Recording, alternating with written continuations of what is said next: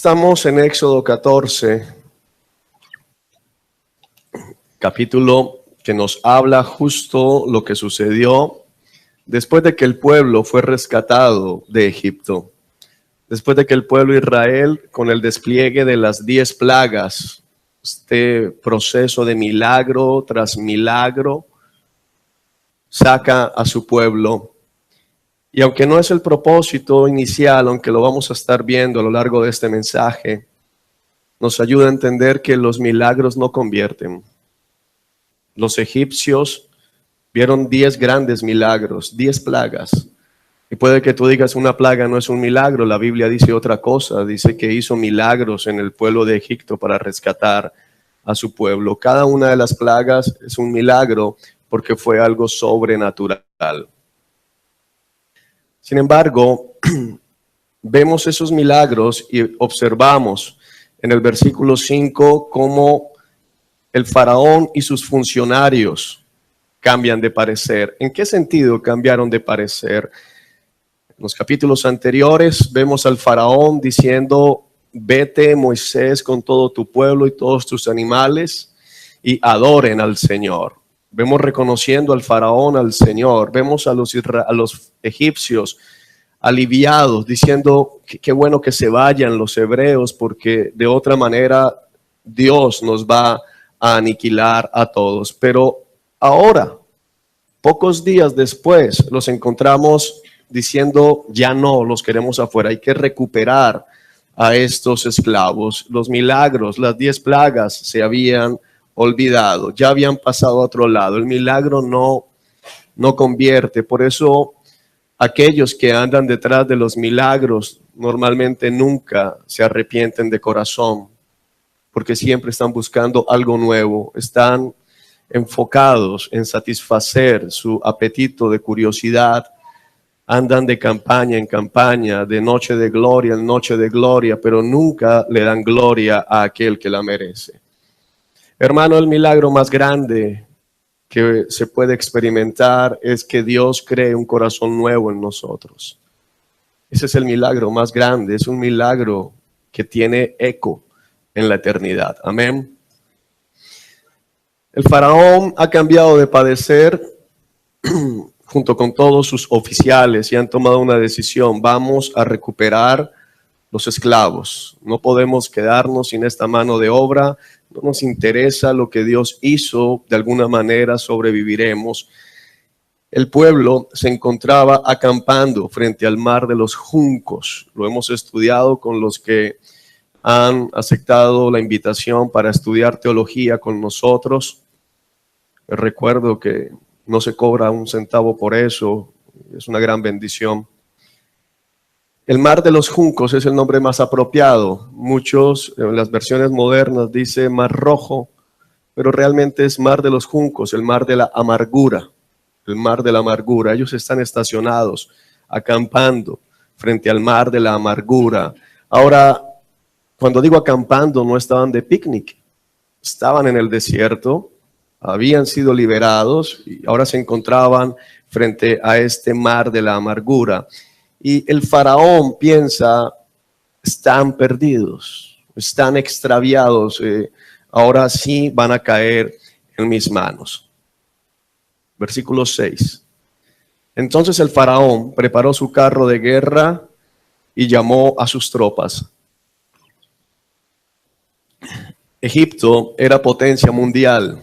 Y al igual que sucede en el día de hoy, una potencia mundial lo es, especialmente en relación a su capacidad militar. Egipto era potencia militar, no tenía 2 carros de guerra, no tenía 10, no tenía 100, eran miles de carros de guerra que tenía a su disposición. Por el otro lado, los hebreos no eran soldados. Los últimos años, las últimas décadas, las habían pasado como albañiles y como campesinos, porque ese era el trabajo que les había impuesto el faraón. Llevó consigo 600 de los mejores carros de guerra, junto con los demás carros de Egipto, cada uno con su respectivo oficial al mando. Así que el Señor endureció el corazón del faraón, rey de Egipto, quien por lo tanto salió a perseguir a los israelitas, los cuales se habían marchado con puños en alto en señal de desafío. Puños en alto en señal de desafío, ¿a quién? Al faraón, a los egipcios. Los egipcios les rogaron la noche de la Pascua, la noche en que vino la 10ª plaga, la muerte de todos los primogénitos. Les suplicaron que se fueran, les dieron oro, les dieron plata, les dieron ropa. El Señor hizo que los egipcios vieran con buenos ojos a los hebreos y despojaron a los egipcios. Salen con las manos levantadas, sintiéndose triunfadores, vencedores, y eran triunfadores y vencedores no por sus propios medios, sino por el Dios que los había llamado. Amén. Salen de esa manera. Es lo que nos dice acá el versículo 8. Y en el 9 dice: los egipcios los persiguieron con todas las fuerzas del ejército del faraón, todos sus caballos y sus carros de guerra, sus conductores y sus tropas. No salió un contingente, salió todo el ejército egipcio. Todas las armas, todos los soldados, desde el oficial más alto hasta el cadete, podemos pensar, el auxiliar que apenas está enrolando en el ejército, salieron a perseguir a los hebreos. Y alcanzaron al pueblo de Israel mientras acampaba junto al mar cerca de Pi-Hairot frente a Baal-Zephon. Verso 10.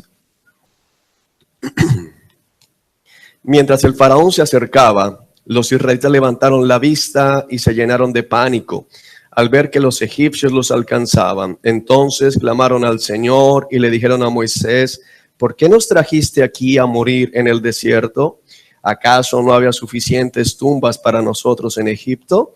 ¿Qué nos has hecho? ¿Por qué nos obligaste a salir de Egipto? ¿No te dijimos que esto pasaría cuando aún estábamos en Egipto? Te dijimos: déjanos en paz, déjanos seguir siendo esclavos de los egipcios. Es mejor ser un esclavo en Egipto que un cadáver en el desierto. Se les había olvidado las 10 plagas. Se les había olvidado lo que Dios había hecho cuando estaban todavía presos en Egipto. Y antes de dar la pelea, ya consideraban que estaban derrotados. Ahora, antes de que juzgues muy rápido, tenemos que entender lo que te dije hace unos instantes. Era el ejército egipcio. Es como si todo el ejército estadounidense va a perseguir al ejército de Puerto Colombia. ¿Qué opción tienen?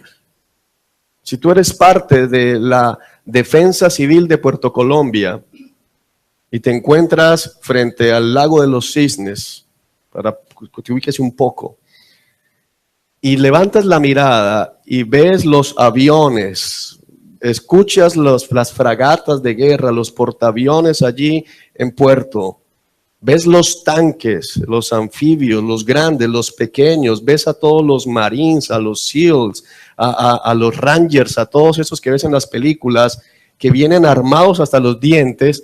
Tienes razón en preocuparte. Dices: oye, no hay forma. ¿Cómo con mis escobas, mi linterna de defensa civil, a qué lo cojo? ¿A casco? ¿Qué voy a hacer? ¿Cómo vamos a ganar? ¿Cómo vamos a poder? Porque esa es más o menos la escena que se estaba dando, para que entiendas. Y podemos decir: wow, es tremendo. ¿Y a dónde corro? Tengo delante mío agua y no había ni una sola canoa. Ni siquiera para que Moisés dijera: bueno, voy al otro lado y vuelvo. No había nadie que pudiese escapar. Ahora, una cosa es estar huyendo solo, que huyendo con mujeres, niños, animales, ancianos, todas las cosas que tenían. Es decir, los otros soldados, ¿cómo van los soldados? ¿Qué llevan? Armas. Los soldados no van pendientes de, amor, escóndete aquí atrás, mi vida, ven, te levanto al bebé. No, ellos van ¿qué? Solos, van pensando en la batalla. Pero el pueblo hebreo estaba con sus familias. Entonces viene mucha más confusión. ¿A quién protejo? Si tengo mi esposa y 5 o 6 hijos, ¿a quién protejo? ¿Al mayor? ¿Al bebé? Y aquí está mi mamá, que es anciana, aquí está mi papá, mi abuelo, ¿a quién protejo? ¿Qué cojo y corro? Entiende un poco lo que está sucediendo. Sin embargo, Dios los había rescatado de Egipto y ellos no pensaron en eso. Preferimos ser esclavos en Egipto que un cadáver en el desierto. Y uno lee esto y no fui yo, y es verdad, si no, no soy yo, y es verdad, de hecho, un proverbio más adelante dirá, más vale perro vivo que león muerto. Es algo lo que están diciendo acá, mejor esclavo vivo que liberto muerto aquí en el desierto. Un cadáver en el desierto no sirve absolutamente para nada. Ellos ya estaban derrotados, ellos ya habían dado por sentado que el faraón les pasaría por encima. Porque eso no iba a ser una batalla, eso iba a ser una masacre desde el punto de vista bélico. Verso 13. Pero Moisés les dijo, no tengan miedo. Ahora, ¿qué harías tú si escuchas al líder de la defensa civil allí en Puerto? No tengas miedo. Y estás escuchando los portaaviones y estás escuchando a todo este material de guerra, todos estos soldados. Y aparte da una orden más absurda a los ojos de los hombres. Solo quédense quietos. Ni siquiera no tengas miedo y corre, sino no tengas miedo y quédate quieto. Quédate quieto. Y observen cómo el Señor los rescatará hoy. La segunda parte es la que le da sentido a la orden de Moisés. No tengas miedo. Quédate quieto y observa cómo Dios te va a rescatar. ¿Por qué Moisés está diciendo eso? Porque Moisés ya había visto lo que Dios había hecho en Egipto. El Dios que te rescató ayer es el mismo Dios que tiene el poder para rescatarte hoy. Amén. Hoy esos egipcios que ahora ven, jamás volverán a verlos. Es increíble cómo podemos estar en el mismo lugar, experimentando la misma circunstancia, pero reaccionando de maneras tan opuestas. El pueblo daba por sentado que ellos iban a morir ese día. Moisés daba por sentado que todo ese ejército iba a morir ese día. Ahora, ¿estaba Moisés ciego? ¿Estaba Moisés viendo el ejército más pequeño? ¿Estaba Moisés imaginándose que no era la defensa civil, sino que era un ejército más grande, toda Europa unida contra Estados Unidos? No, Moisés estaba viendo las cosas como eran terrenalmente, pero más allá Moisés sabía lo que estaba pasando espiritualmente. Moisés sabía que del lado de ellos estaba el Señor de los ejércitos celestiales, el gran yo soy, que los acababa de liberar y que tenía el poder para destruir por completo a los egipcios. Por eso Moisés dice, jamás volverán a verlos. Tú piensas que tú eres el que vas a quedar tirado allí, pero Dios va a dejar tirado a ese ejército. Ya no te va a volver a perseguir porque Dios los va a desaparecer, lo que en efecto sucedió. Verso 14. El Señor mismo peleará por ustedes, solo quédense tranquilos. Luego tenemos una de las versículos complicados de la Escritura. A veces no lo entienden muchos. Luego el Señor, verso 15, le dijo a Moisés, ¿por qué clamas a mí? El original nos puede dar un poco más de luz. ¿Qué haces ahí postrado clamando a mí? ¿Qué haces ahí de rodillas? Y podemos pensar, bueno, no sé cuántos lo hicieron, pero se nos invitó en medio de la alabanza a postrarnos de rodillas. Entonces uno dice, bueno, pero ¿me postro o no me postro? Porque el Señor le dice, ¿qué haces ahí postrado? ¿Qué haces ahí clamando? Bueno, y no tengo que clamar luego. ¿Qué es lo que debo hacer entonces? ¿Qué haces allí clamando? ¿Por qué clamas a mí? Y podrías preguntarte, y entonces, ¿a quién clamo? ¿Por qué el Señor pregunta eso? ¿Por qué el Señor le dice a Moisés, ¿qué haces ahí de rodillas? ¿Qué haces ahí clamando, Moisés? Lo vamos a entender a lo largo de este mensaje, pero ten la pregunta aquí. ¿Por qué Dios le dice a Moisés, ¿qué haces clamando, Moisés? Ahora, ¿qué estaba clamando Moisés? Señor, por favor, ¿qué? Haz algo, Señor. Mira el ejército, Señor. Mira el ejército, Dios. Haz algo, envía fuego, envía carbones. Ahora, Moisés conocía la historia. Moisés sabía que Dios había destruido Sodoma y Gomorra con fuego, carbones encendidos que descendieron del cielo. Podía estar esperando eso. Tenía agua al frente. Dios, haz un pequeño diluvio aquí con ellos, que se abra la tierra y se los trague. Dios, haz algo, haz algo. Estaba clamando y Dios le dice, lo está regañando. ¿Por qué clamas? ¿Por qué clamas, Moisés? ¿Por qué estás ahí suplicando? ¿Por qué estás haciendo esto? Dile al pueblo que se ponga en marcha. ¿A dónde? Quiero recordarte que estaban frente al mar. Dile al pueblo que se ponga en marcha. Toma tu vara y extiende la mano sobre el mar. Divide las aguas para que los israelitas puedan pasar por el medio del mar pisando tierra seca.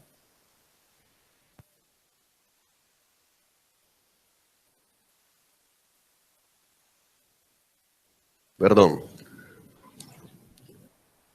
Yo endureceré el corazón de los egipcios y se lanzarán contra los israelitas.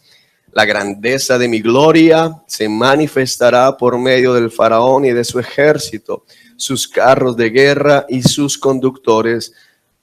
Ten en cuenta este verso 17, porque es fundamental para el mensaje de hoy. ¿Qué buscaba el Señor con esto? ¿Qué dice? La grandeza de mi gloria se manifestará por medio del faraón y su ejército. Dios tenía un plan.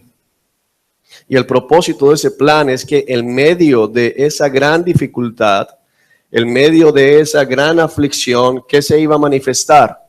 La gloria del Señor.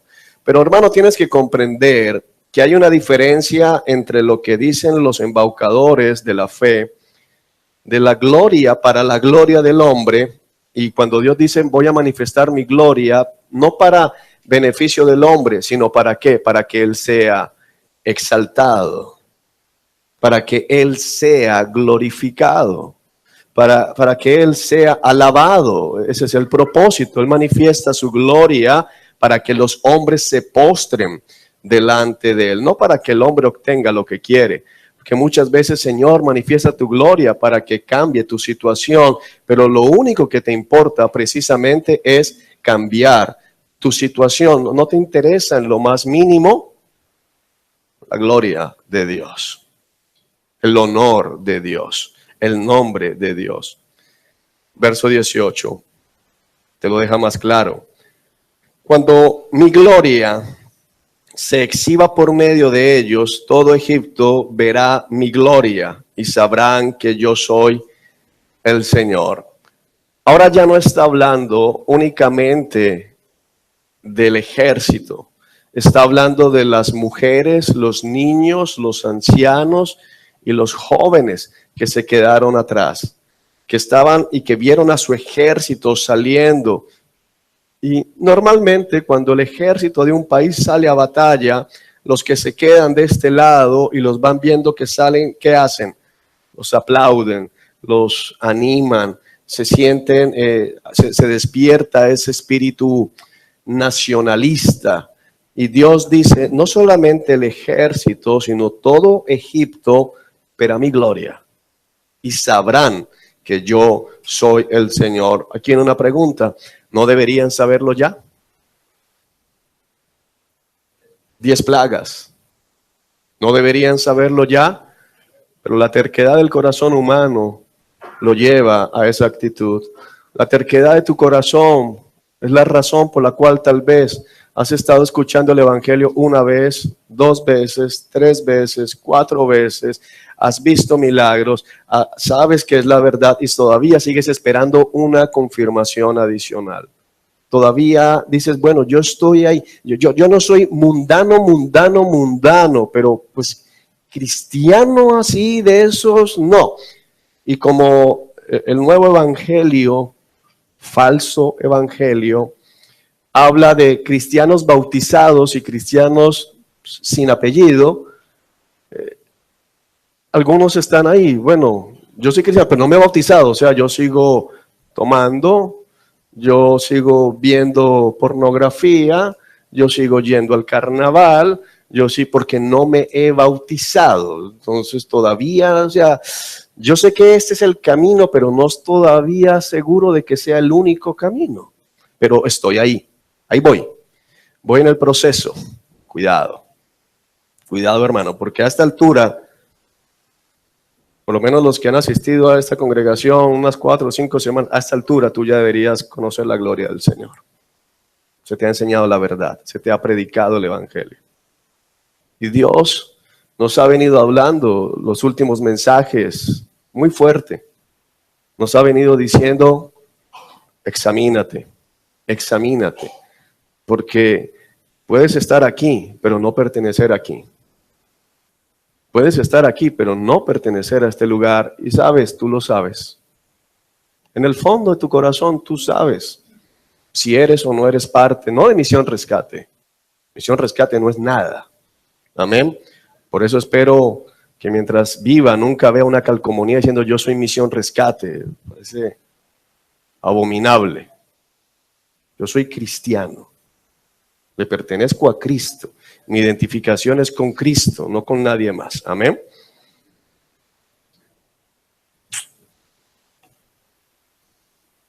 Todo Egipto verá mi gloria y sabrán que yo soy el Señor. Entonces el ángel de Dios, el mismo Cristo, esto es precioso, es Cristo, que iba al frente del pueblo de Israel, se trasladó hacia atrás del campamento. El Señor una vez me regaló un mensaje con este versículo precioso, pero no es el mensaje de hoy. Pero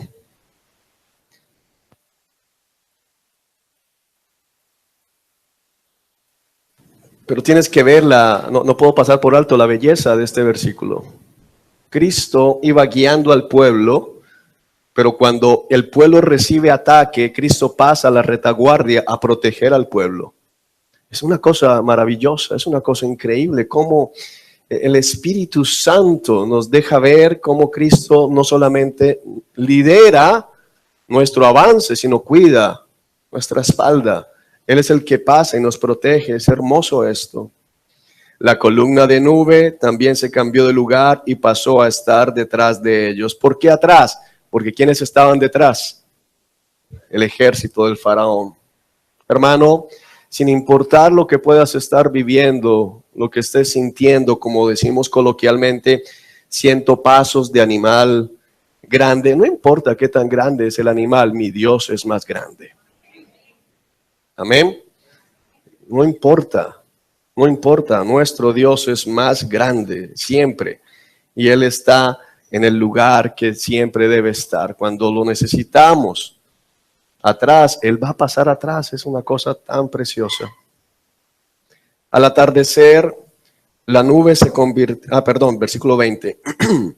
La nube se puso entre los egipcios y el campamento de los israelitas.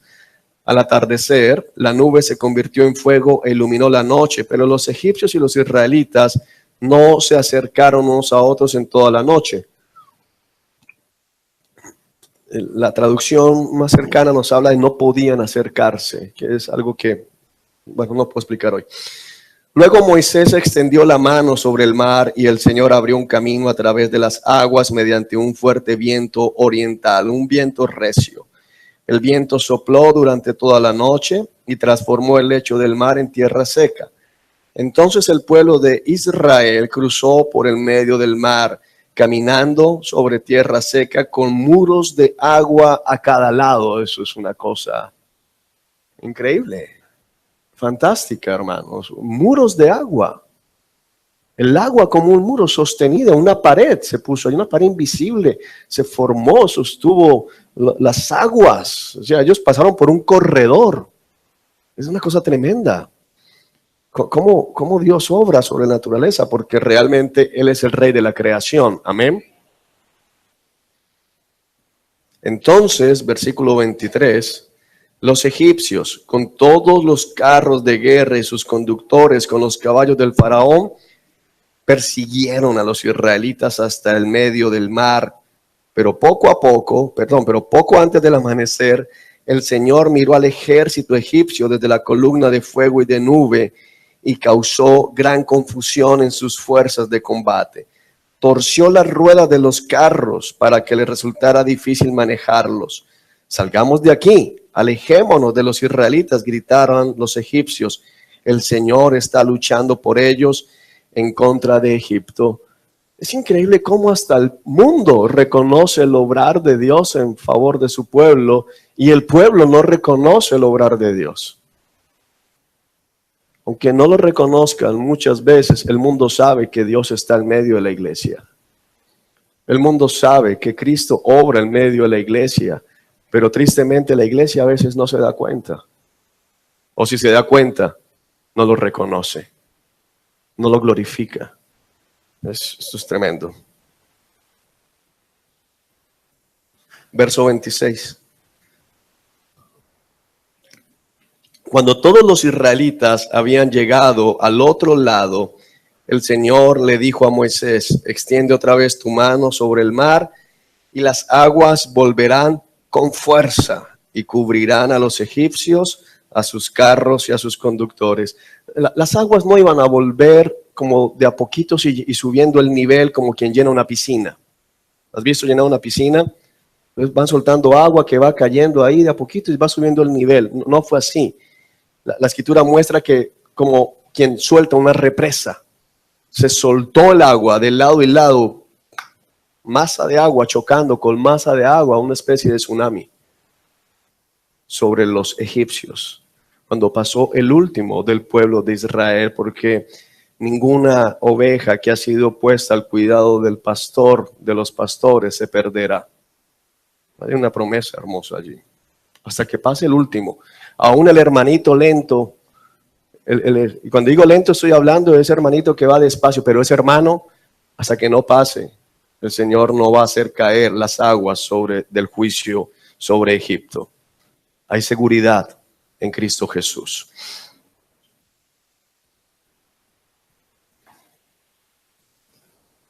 Verso 27. Entonces, cuando el sol comenzaba a salir, Moisés extendió su mano sobre el mar y las aguas volvieron con fuerza a su estado normal. ¿Qué significa eso? Pasaron todo un día caminando. Ahora piensa en la angustia porque el Señor crea un corredor, pero es como más fácil pensar en que de alguna manera me puedo librar si estoy corriendo en terreno abierto a que estoy corriendo ¿qué? En un pasillo, o sea, tarde o temprano me pueden alcanzar. ¿Para dónde cojo? Me siento también un poco atrapado en este camino angosto en que muchas veces estamos nosotros. Dice, los egipcios trataron de escapar, pero el Señor los arrastró al mar, es decir, no permitió que ninguno saliera con vida. Moisés había pensado en esto. El Señor acabó hasta con el último de los soldados del faraón.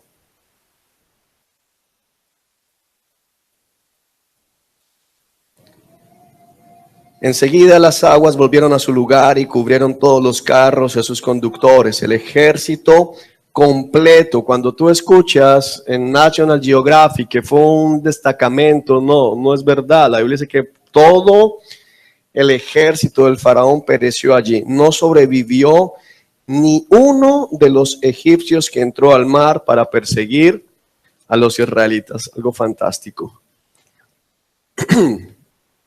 En cambio, el pueblo de Israel caminó por el medio del mar sobre tierra seca, mientras las aguas permanecían levantadas como muros a ambos lados.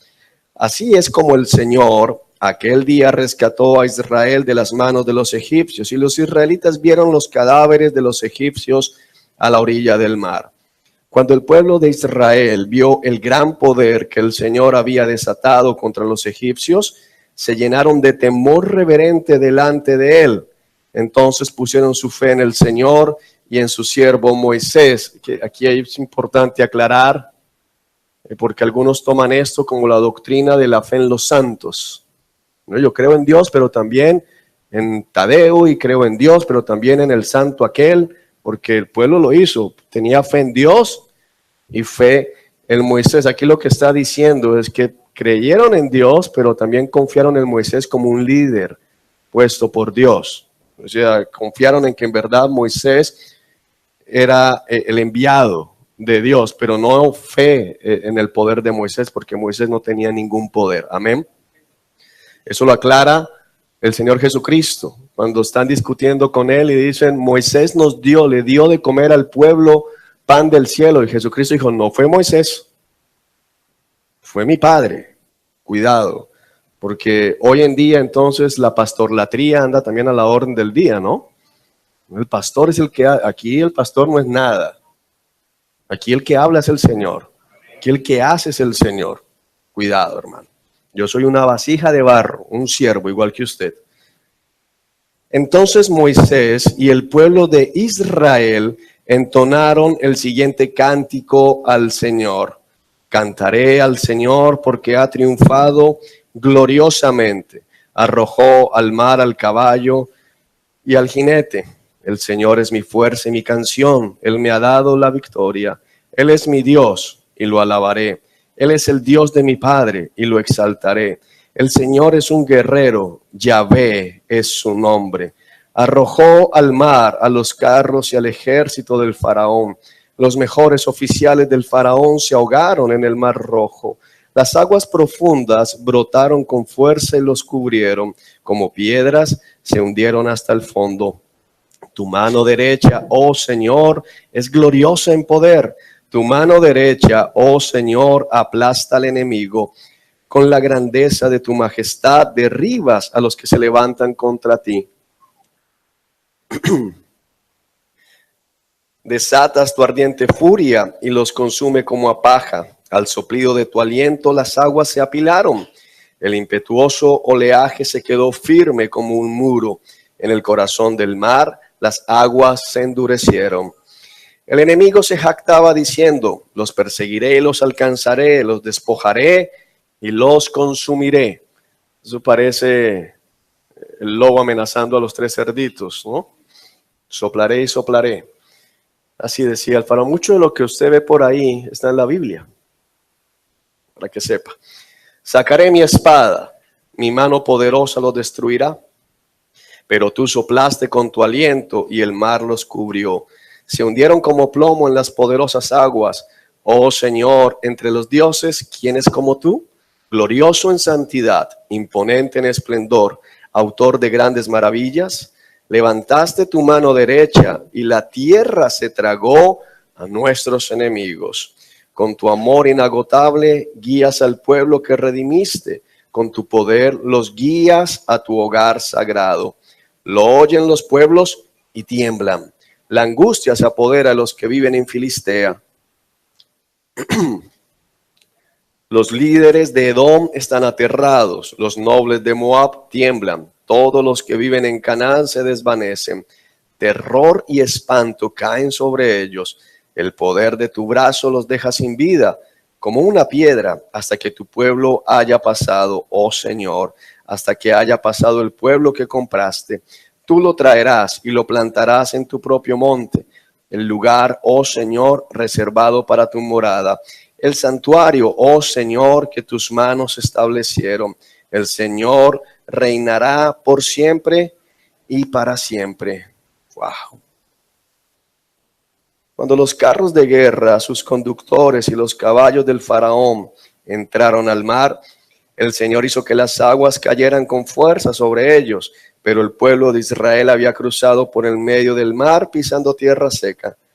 Entonces la profetisa Miriam, hermana de Aarón, tomó una pandereta, se puso al frente y todas las mujeres la siguieron danzando y tocando sus panderetas. Y Miriam entonaba este cántico: canten al Señor porque ha triunfado gloriosamente, arrojó al mar al caballo y al jinete. El canto de Moisés, este canto de victoria, este canto de gloria, un canto de reconocimiento del poder de Dios, es una joya, realmente en nuestra teología. Nos deja ver cómo realmente nuestro Dios no es un Dios pasivo. Nuestro Dios es un Dios guerrero, es un Dios que pelea en favor de su pueblo. Nuestro Dios no es un Dios ajeno y limitado, es un Dios que está en todo momento y en todo lugar. Nuestro Dios siempre sale victorioso, nunca es derrotado. Aún el momento más oscuro en la historia de nuestro Dios, el momento en que expiró sobre la cruz del Calvario nuestro Señor Jesucristo, momento que podría parecer como derrota para Cristo, momento en que las huestes de las tinieblas tal vez celebraron, la Biblia lo relata como la victoria de la cruz. Nuestro Dios nunca ha sido derrotado. Nuestro Dios no es un Dios fracasado, nuestro Dios es un Dios victorioso. Nuestro Dios es el león que ruge y a su rugido las naciones caen, a su rugido las naciones tiemblan. Nuestro Dios es un Dios que cuida de su pueblo. Es lo que estamos viendo acá. Dice que el Señor, nuestro Dios, protege a su pueblo, al pueblo que ha comprado, al pueblo que ha redimido. Y tú y yo como iglesia hacemos parte del pueblo que Dios ha comprado y el pueblo que Dios ha redimidos y comprados con la sangre del Cordero de Dios que fue inmolado en la cruz. Amén. El cántico de Moisés nos habla del amor inagotable del Señor. Canto de victoria, porque Dios intercede en favor del pueblo de Israel, no solo por su gloria, sino que intercede en favor del pueblo de Israel por amor al pueblo de Israel. Les ama. Intercede a favor de ellos. ¿Con qué propósito? Dice el versículo 13, guías al pueblo que redimiste, con tu poder los guías a tu hogar sagrado. Cuando escuchamos este cántico, podemos estar seguros de que la promesa que Cristo ha hecho a la iglesia dice: en este mundo enfrentarán aflicciones, pero anímense, yo he vencido al mundo. Y nos promete también: y yo estaré con ustedes hasta el fin de los tiempos. El Señor nos está guiando. El Señor es el buen pastor. Cristo es nuestro pastor que nos lleva hacia nuestra tierra prometida. Cristo es el que guía a la iglesia día tras día, en la noche, cuando estamos en medio de dificultad, cuando somos perseguidos. Su aliento es más que suficiente para destruir a todos aquellos que tratan de destruirnos y sacarnos de la posición gloriosa y victoriosa que tenemos en Cristo Jesús. No gloriosa y victoriosa para ganar dinero, sino gloriosa y victoriosa sobre el aguijón de la muerte. Y podemos decir hoy con toda seguridad: ¿dónde está, oh muerte, tu aguijón? Somos más que vencedores en Cristo Jesús. Pero hermano, entiende que no es vencedor como lo ve el mundo y el falso evangelio. Más que vencedores, porque hemos sido declarados justos a los ojos de Dios.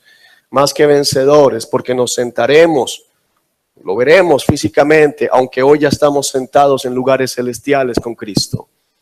Más que vencedores, porque éramos hijos del diablo, hijos de perdición.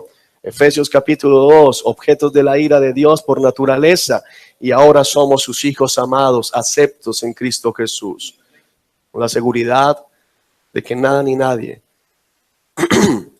nos puede separar del amor de Dios que es en Cristo Jesús. Hermoso canto. Es tan precioso el alabar al Señor cuando hemos visto la victoria, cuando podemos mirar atrás y ver lo que Él ha hecho. Y es tan perfecto lo que Moisés canta, que lo encontramos, el cántico de Moisés ha traspasado la historia y ha llegado a las esferas espirituales. Deja una marca aquí y acompáñame a Apocalipsis capítulo 15.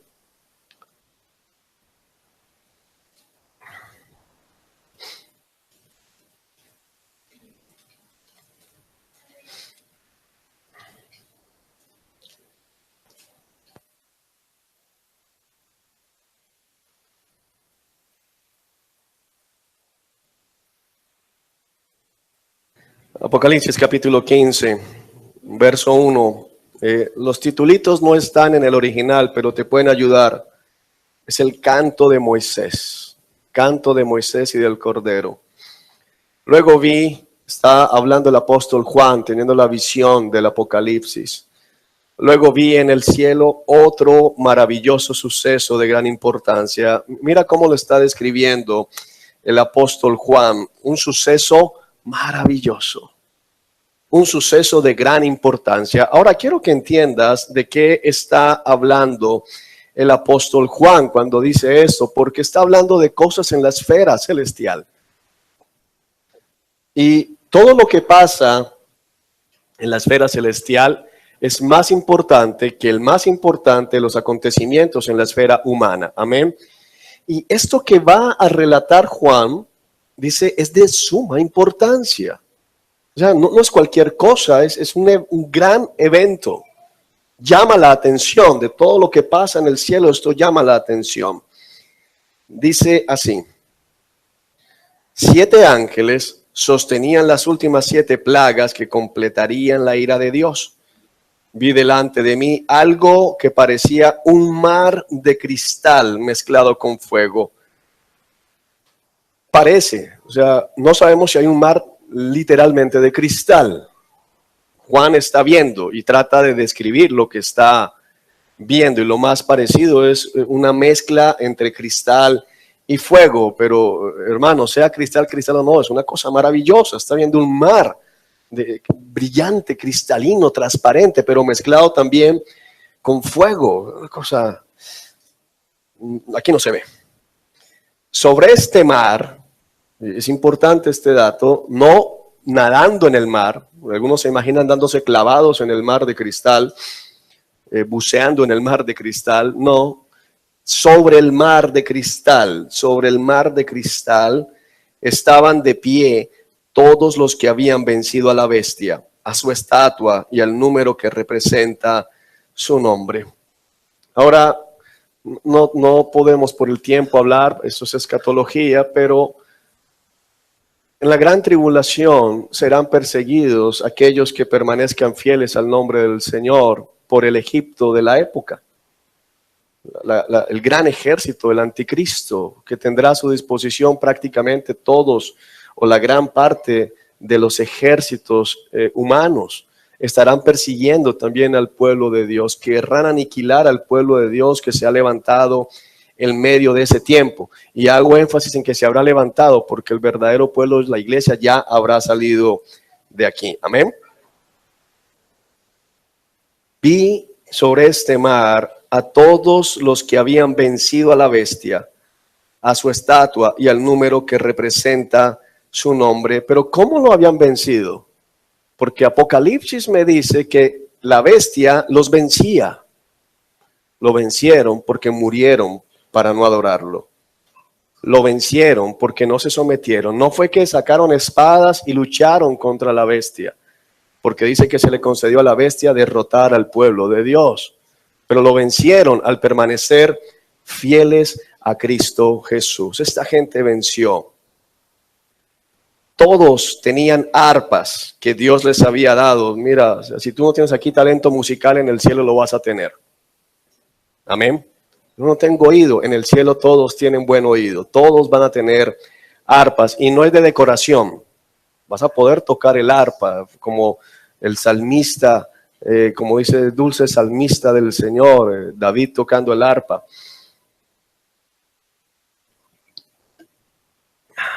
Tenían arpas que Dios les había dado, no cualquier arpa, un arpa dada por el mismo Dios. Y entonaban el canto de Moisés, siervo de Dios, y el canto del Cordero. ¿Cuál canto? El que Moisés entonó allá cuando cruzaron el mar de los juncos. Ese mismo canto, si miras, es la misma. Grandes y maravillosas son tus obras, oh Señor Dios el Todopoderoso. Justos y verdaderos son todos tus caminos, oh Rey de las naciones.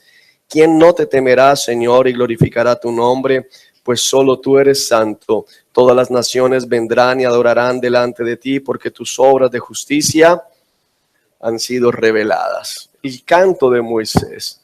Es increíble pensar que ese canto dado allá traspasa las épocas y la esfera humana y va a ser entonado en la eternidad. el canto de la victoria, el canto de reconocer lo que Dios había hecho a favor de ellos. Y estas multitudes que van a estar sobre el mar de cristal adorando al Señor van a entonar palabras similares. Esto ya está anunciado.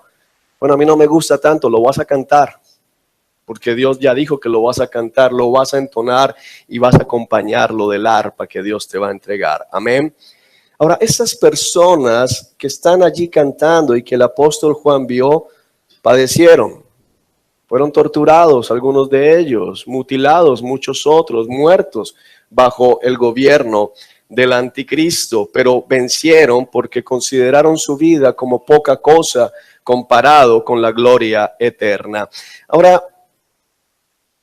te he mostrado estas dos partes porque tenemos muchas cosas en común.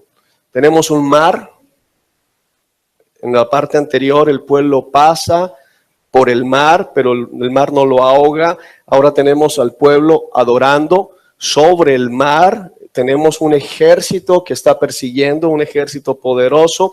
Y aquí tenemos que estos hombres, a diferencia del pueblo de Israel, no sobrevivieron. Ellos murieron. Ellos vencieron, pero no vencieron a la manera del pueblo de Israel. El pueblo de Israel venció pasando al otro lado. Ellos vencieron muriendo.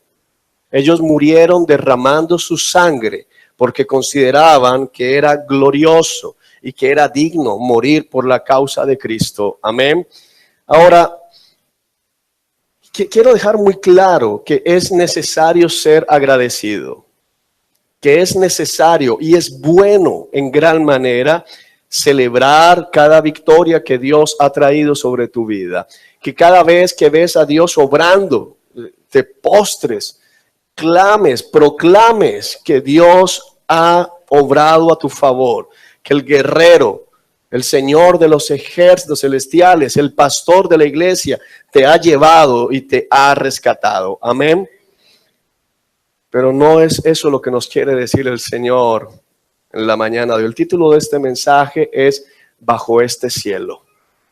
Bajo este cielo. Y quiero que le prestes mucha atención, hermano. Veo a algunos durmiéndose. Despiértese. Sé que se está durmiendo, despiértese. Bajo el mismo cielo. Volvamos a Éxodo 15.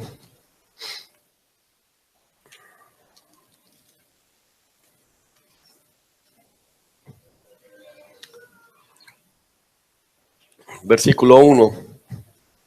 Entonces Moisés y el pueblo de Israel entonaron el siguiente cántico al Señor. Cantaré al Señor porque ha triunfado gloriosamente.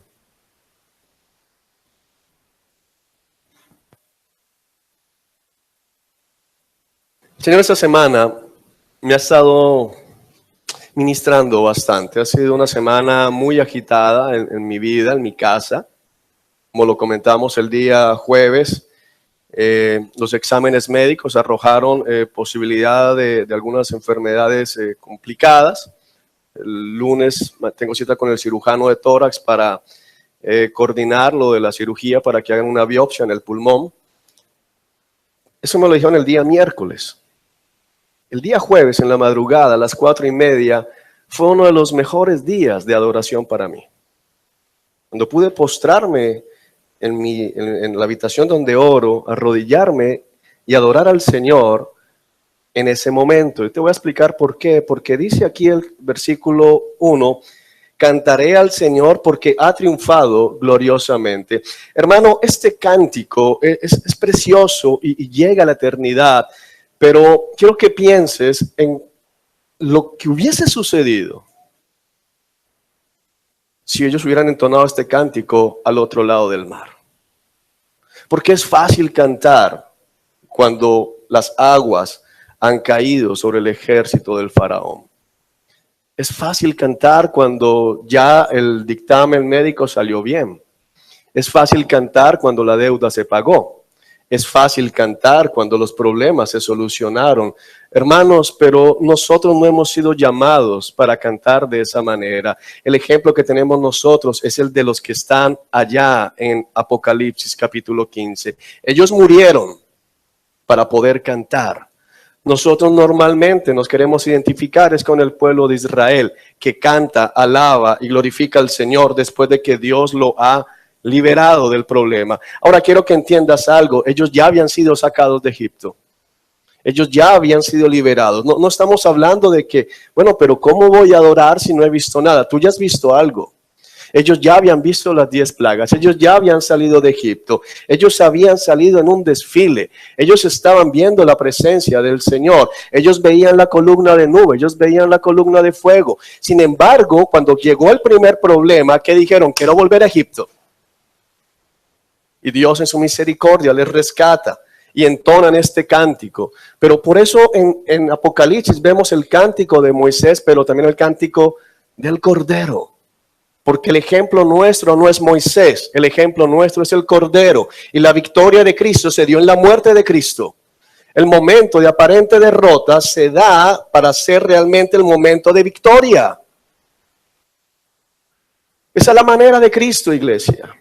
Nosotros tenemos un llamado de parte de Dios para adorar a Dios en medio de la tribulación, en medio de la circunstancia difícil, en medio del problema, cuando todavía el mar no se ha abierto frente a tus ojos, cuando todavía el ejército del faraón galopa detrás tuyo, cuando no ves para dónde coger. Es ahí donde tienes que adorar. Y si el mar no se abre y el ejército del faraón pasa sobre ti, hermano, muere adorando al Señor, porque tendrás la oportunidad de entonar el cántico de Moisés en el cielo, y ese es el verdadero lugar de adoración para nosotros.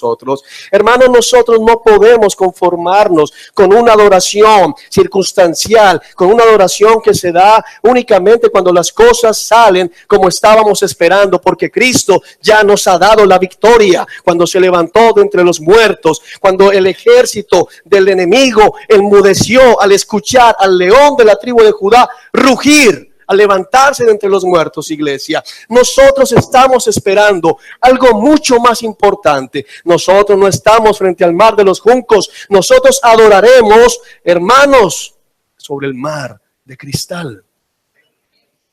Oh, hermano,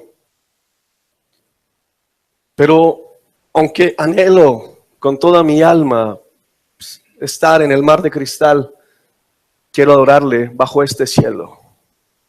Cuando estoy de este lado, todos vamos a cruzar, indefectiblemente, bien sea porque nos sea reclamada la vida, o bien sea porque Cristo venga. Y vamos a estar allá, por la gracia del Señor vamos a cantar, pero yo quiero adorarle aquí. El Señor nos enseña, volvamos allá a Apocalipsis.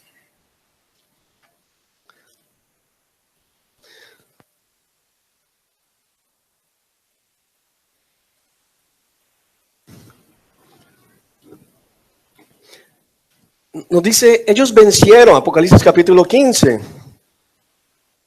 Vi delante de mí algo que parecía un mar de cristal mezclado con fuego. Sobre este mar estaban de pie todos los que habían vencido a la bestia. Hermanos, los vencedores no son siempre los que pasan el problema en victoria humana. Los israelitas fueron vencedores porque todo el mundo se enteró de que habían cruzado el mar y que ni un rasguño había podido causar el ejército del faraón. Pero la iglesia es vencedora de otra manera. Se espera para nosotros otra cosa. Hermano, hace parte del plan de Dios muchas veces que el ejército nos aplaste. Hace parte del plan de Dios muchas veces que no tengamos una respuesta temporal a nuestras circunstancias. Muchos de los hermanos santos de Dios perecieron. Hermano, nosotros debemos ser de la generación de Sadrach, Mesach y Abednego, que adoraron al Señor aun cuando el horno estaba todavía encendido. Oh, hermoso ver cómo salen del fuego y no tienen ni un cabello chamuscado y ni siquiera olían a humo. Pero lo más hermoso es ver cómo cuando el horno se enciende 7 veces más de su temperatura normal, le dicen a Nabucodonosor que era el déspota más grande que te puedas imaginar y con todo el poder y crueldad para llevar a cabo su maldad. Sepa usted, Nabucodonosor, que el Dios al que servimos tiene el poder para rescatarnos del fuego, pero aun si no lo hace, que le quede claro algo. Jamás adoraremos a sus dioses ni a su estatua. Esa es verdadera adoración. Esa es la verdadera adoración, hermanos. Y esa es la adoración a la que tú y yo estamos llamados.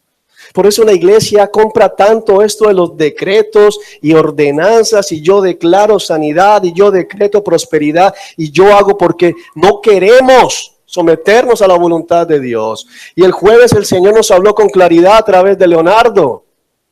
Tu voluntad, no la mía. Tu voluntad. Nuestro ejemplo es Cristo. Nuestro pastor es Cristo. Nuestro rey es Cristo. El evangelio de la prosperidad dice: yo soy hijo del rey, yo sigo al rey como rey, vivo como rey. Mi rey murió en la cruz. Mi rey murió en la cruz. Mi rey no acumuló tesoros en esta tierra. Mi rey fue despreciado por los líderes religiosos. Mi rey fue abandonado en el momento de más dificultad. Pero mi rey es vencedor y reina por siempre y para siempre. Ese es el ejemplo que yo tengo. Ese es el ejemplo que yo tengo. Cuando alguien me pregunta: bueno, pero no te veo preocupado, asustado, ¿y por qué habría de tener preocupación? ¿Acaso no está anunciado en la Escritura que pasaremos por dificultades? ¿Acaso no está anunciado en la Escritura que puedo pasar por enfermedad? ¿Y sería justo? Al fin y al cabo, que todos estemos enfermos, ¿es justo o no hemos pecado? Es justo, iglesia. Dios, ¿por qué me mandas esta enfermedad? Dios, ¿por qué esta deuda? Dios, ¿por qué? La pregunta sería: Dios, ¿por qué no algo peor? Esa es la pregunta correcta. ¿Por qué solo esto? Si merezco todo el castigo. Porque esa pregunta de ¿por qué no algo peor? ¿A dónde te va a llevar? A la cruz. La respuesta de ¿por qué no algo peor? Está en la cruz del Calvario. Está en Cristo, el Cordero que fue inmolado. Amados hermanos, el Señor en esta mañana nos está haciendo un llamado. Hicimos una pregunta: ¿por qué Dios le dice a Moisés: ¿qué haces ahí clamando, Moisés? Porque normalmente cuando estamos en circunstancias, y quiero que no me malinterpreten, oro porque el Espíritu Santo me dé sabiduría para hablarles y a ustedes para entender. Cuando estamos en circunstancias difíciles, nuestras oraciones están muy distantes de ser una adoración. Nuestras oraciones están muy lejos de ser una alabanza normalmente. Nuestras oraciones se convierten simplemente en un clamor por liberación temporal. Ese es el regaño de Dios a Moisés. Y por eso la comparación con Apocalipsis 15. ¿Qué haces ahí clamando, Moisés? ¿Qué haces ahí pensando en: Señor, ¿cómo sácanos de aquí? Haz algo, que se abra la tierra, que caiga fuego del cielo. Bueno, no sé qué pudo haber clamado Moisés. Y Dios: ¿qué haces clamando, Moisés? Amado hermano, no estoy diciendo no oremos. Bueno, Juan dijo que no oren por él. No, ore. Ore todo lo que pueda. Si no ha orado, muy mal. Ore porque el Señor me sane. Ore porque sane a todos los enfermos de la iglesia. Ore porque el Señor ayude a los que están con problemas económicos. Ore. Todo el tiempo hay que orar. Amén. Pero hermano, justo en esos momentos es que tenemos que aprender que más que un clamor por liberarnos de la situación temporal, debe haber adoración. Yo le pido a Dios, y estoy poniendo el ejemplo porque es lo que estoy viviendo y ustedes lo saben: Señor, sáname. Pero más que eso le digo: Señor, glorifícate en esto. Glorifícate en esto. Si pasar esto obra para el bien de tu nombre o para el bien de algún hermano, Señor, es más que válido. Es más que válido. ¿Qué haces clamando de rodillas? Avanza. Pero avanza ¿hacia dónde? Hacia el momento en que Dios sea glorificado. ¿Cuándo se glorificó el Señor? Cuando el mar se abrió. Hermanos, los tiempos de dificultad son preciosas oportunidades para glorificar a Dios. Los tiempos de tribulación son regalos del cielo. Alguien puede decir, estás loco con lo que estás diciendo. No, hermano, te estoy hablando teología pura. Porque cuando soy débil, fuerte soy. Cuando soy débil, fuerte soy, hermanos. ¿Por qué? Porque entonces veo obrando únicamente a Cristo en mí. Todos estos últimos domingos, siempre ha estado otro hermano de los que se están formando al pastorado, ahí listo para predicar, y me preguntan 5 minutos antes, Juan, ¿vas o voy? ¿Qué puedo ver todos estos domingos? Cuando soy débil, fuerte soy. Me basta con su gracia. Y decir me basta con su gracia no significa me entrego a la enfermedad. Estoy haciéndome, ya me conocen en los parqueaderos de la clínica. Cuánta cita me mandan, cita voy. Cuánto examen me mandan, examen me hago. No es una dejadez espiritual. Pero me basta con su gracia. Porque mi promesa no es para este mundo. Mi promesa, mi anhelo y mi esperanza están en el mundo por venir. Yo quiero estar sobre ese mar de cristal. Yo quiero adorar allá. Pero hermano, ¿cómo adorar allá si no adoré aquí? Bajo este cielo, porque vendrán cielos nuevos y tierra nueva, pero bajo este cielo, hermano, la enfermedad no va a desaparecer.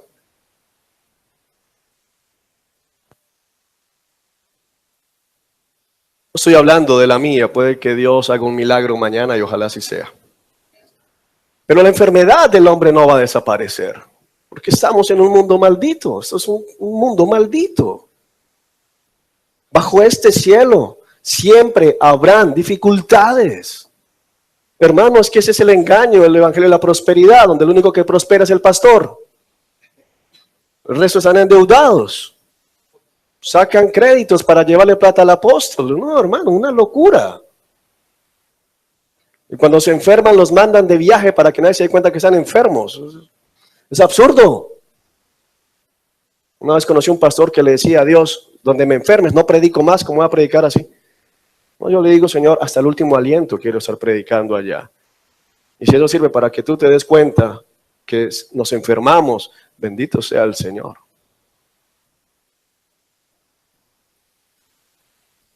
Uno de los hombres de Dios que admiro es el hermano Paul Washer. Ya lleva 2 meses allá guardado. Es un hombre de Dios. Usado tremendamente, ha ministrado mi vida el Espíritu Santo a través de él. Increíblemente. También se enferma. Puedo decir que lógicamente después de Cristo, que es, espero entiendan, Pablo es uno de mis héroes de la Biblia. Estaba enfermo. Entonces quiero estar enfermo. No, yo no soy loco. No soy masoquista. Pero hermano, el punto no es si estoy enfermo o estoy sano. Hay un pasaje en la Escritura, en los reyes, que muestran a este rey Ezequías, uno de los buenos reyes que tuvo Judá. Se enfermó y Dios envió al profeta Isaías y le dijo, dile a Ezequías que ponga todo en orden porque en 3 días le llega el bus, llego a recogerlo. Y uno dice, no, qué terrible. Entonces Ezequías se volteó contra la pared y comenzó a clamar y a llorar amargamente. Y entonces Dios vio su llanto, su lloro, su lamento. Y iba saliendo Isaías y el Señor le dijo, devuélvete, dile a Ezequías que vi cómo lloró, voy a darle 15 años más, dile que le apliquen esta pasta de higo y listo, y se sanó. Pero después de eso, por ese milagro Ezequías se llenó de orgullo.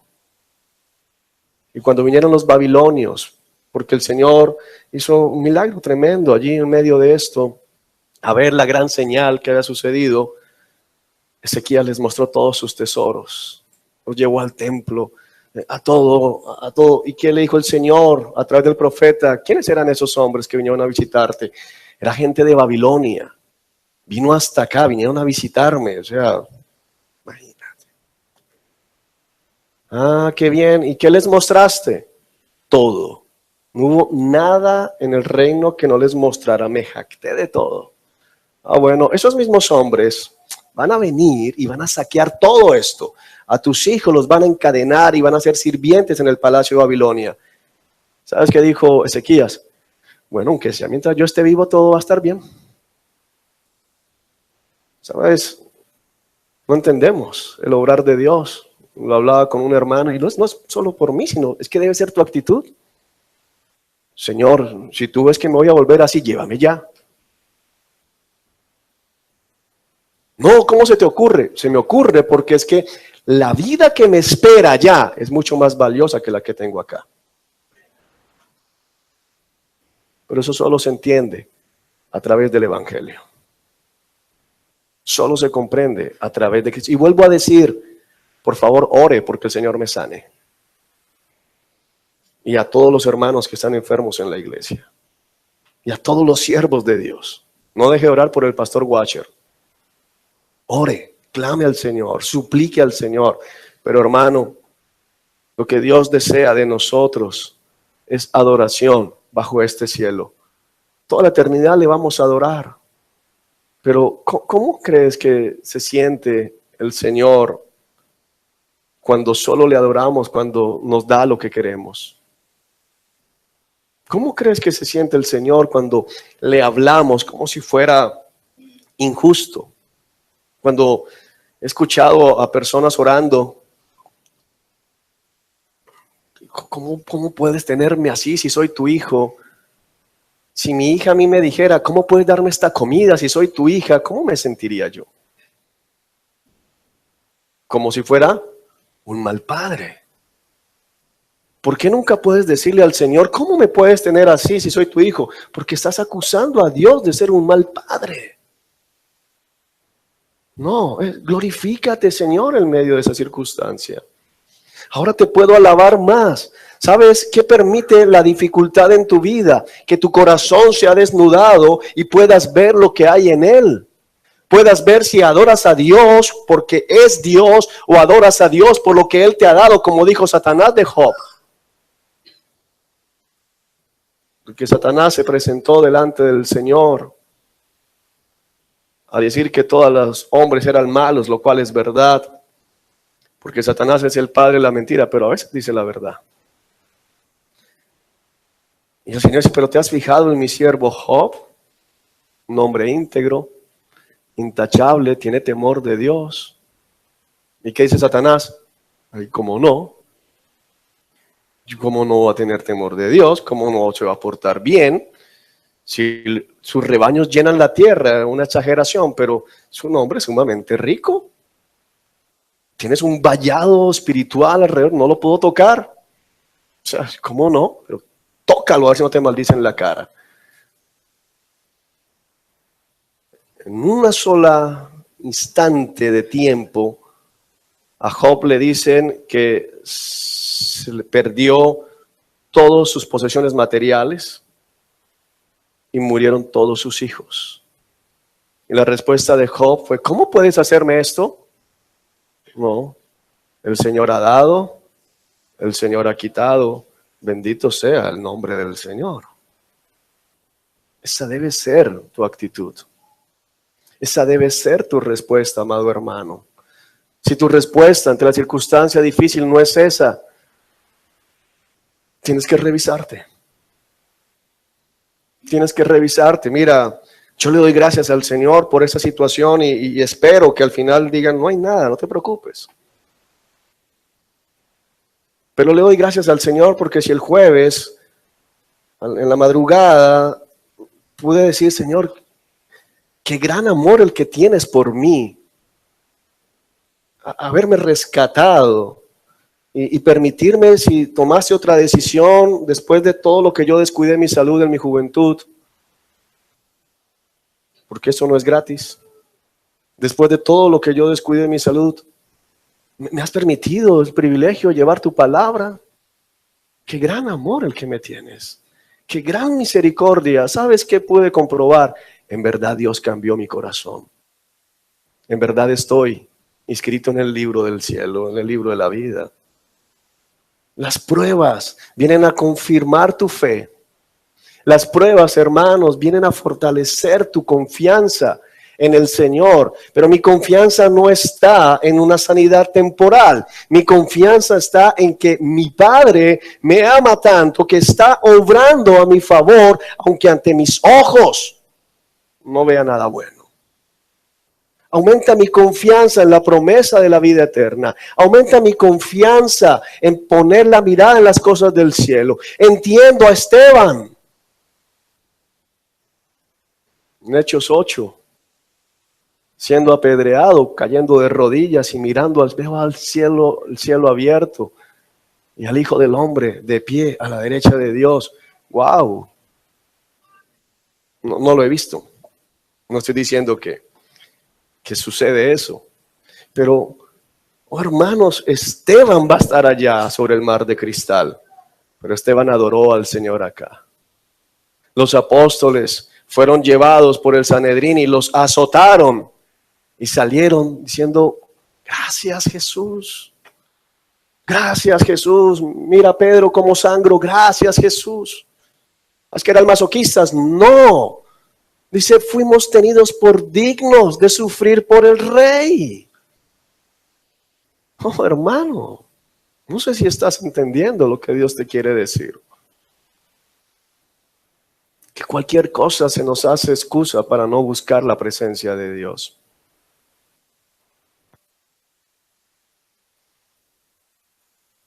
Cualquier cosa nos saca, nos distrae.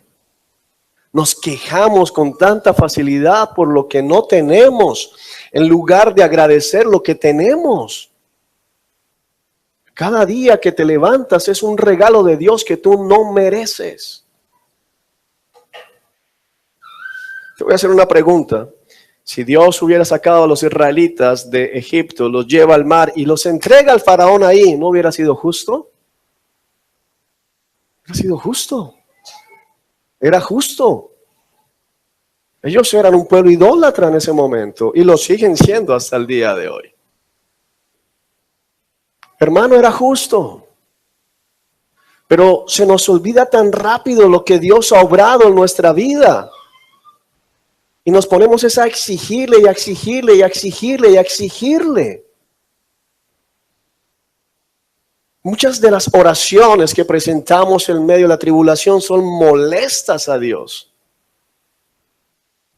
Es una queja. Es molesto. ¿A quién le gusta escuchar las quejas? Así trabajes en el departamento de quejas y reclamos. Es otra queja. No, hermano, no es agradable.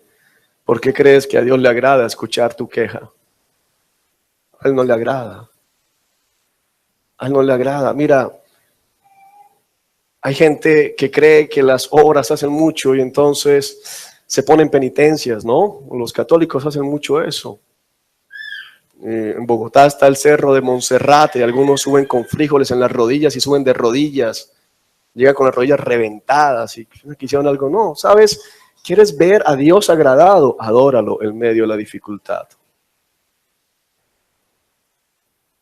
Adóralo en medio de la tribulación. Cuando todo esté oscuro, cuando no se vea nada, ese es el momento más propicio para adorar al Señor. Ahora, no me malinterpretes que adorar es entonces estar solo allá moviendo manos y cantando. No, la mayor adoración es decir, Señor, tu voluntad, no la mía. Pero hay una diferencia entre decir tu voluntad, no la mía, de buena manera, y otra de tu voluntad es terrible, no la quiero, guácala, pero a ver, dámela. Y vas a hacer la voluntad y estás de mal genio y te quejas, pero ¿por qué fue tu voluntad esa? No, hermano. Tu voluntad, no la mía, implica la fe de creer que si pasas por eso, es lo mejor. Hermanos, muchos en la iglesia del Señor quejándose por lo que hizo su papá. Es que si mi papá no hubiera hecho ese negocio, es que si mi papá no hubiera sido infiel, es que si mi papá no hubiera, yo tendría, yo haría, yo viviría, yo ganaría. Hermano, madure. Usted está mal por su propio pecado.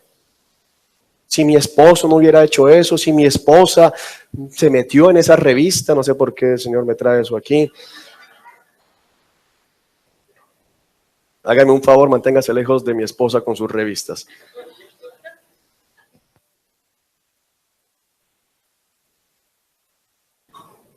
Hermano, en lugar de andar quejándote, en lugar de andar resintiendo todo lo que viene a tu vida, dale gracias a Dios. Si tu papá falló, dale gracias a Dios porque te permite ver la misericordia de tu Padre Celestial. Si tu esposo falló, dale gracias a Dios. ¿Cómo le doy gracias? Sí, dale gracias porque te permite vivir con el esposo perfecto, Él. Si los hombres te traicionan, dale gracias a Dios porque te permite ver que Él nunca traiciona, Él nunca falla. Hermano, mira lo que dice Filipenses. No sé que llega a terminar, pero bueno.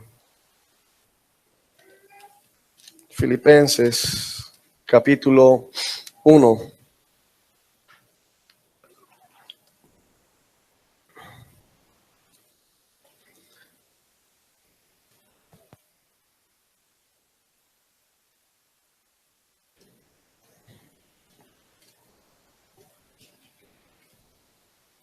¿Lo tienes? Versículo 28. No se dejen intimidar por sus enemigos de ninguna manera.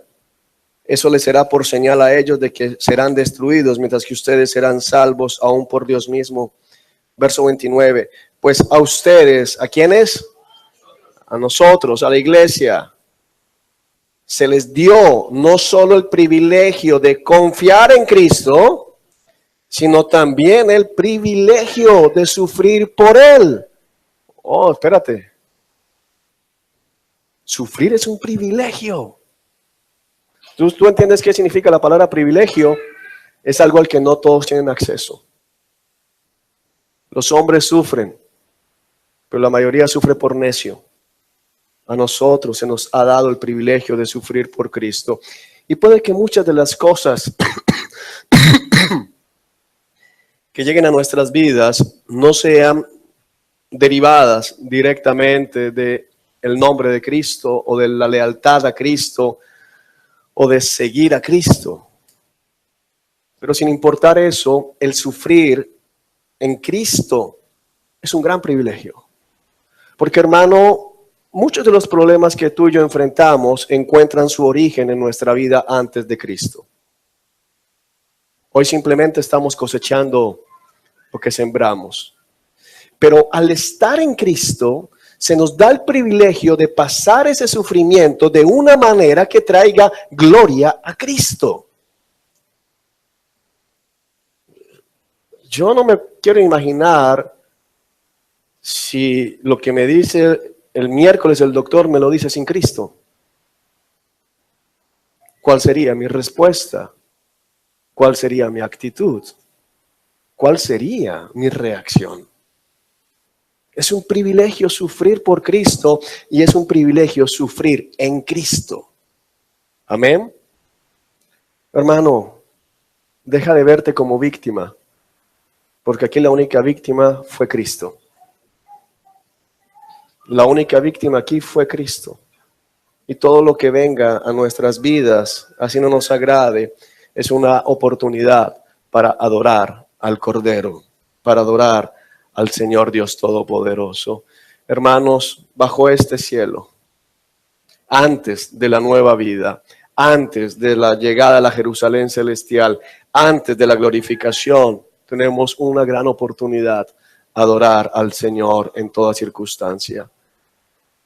No sé qué más puedas estar pasando, pero te puedo decir qué va a suceder en 2 minutos que termino este mensaje. Tu carne y el enemigo te va a decir, bueno, finalmente él se descuidó en su salud, pero yo qué culpa con lo que estoy viviendo. Él está en exámenes, a mí ya me dijeron, la carta del banco ya llegó, el anuncio de la despedida de la empresa ya llegó. Hermano, no caigas en la trampa. No hay excusa. Hay un llamado. Adora a Dios en medio de la prueba. Adora a Dios en medio de la circunstancia porque Él es digno de ser adorado. Él es Dios en la salud y Él es Dios en la enfermedad. Se nos olvida que nosotros somos la prometida, la iglesia es la prometida de Cristo. Hicimos un voto en la salud y en la enfermedad, en la riqueza y en la pobreza, en la prosperidad y en la adversidad. Cristo merece mi adoración en la salud y en la enfermedad, en la riqueza y en la pobreza, en la prosperidad y en la adversidad, porque en todo momento Él sigue siendo Dios. Amén. Vamos a orar, iglesia.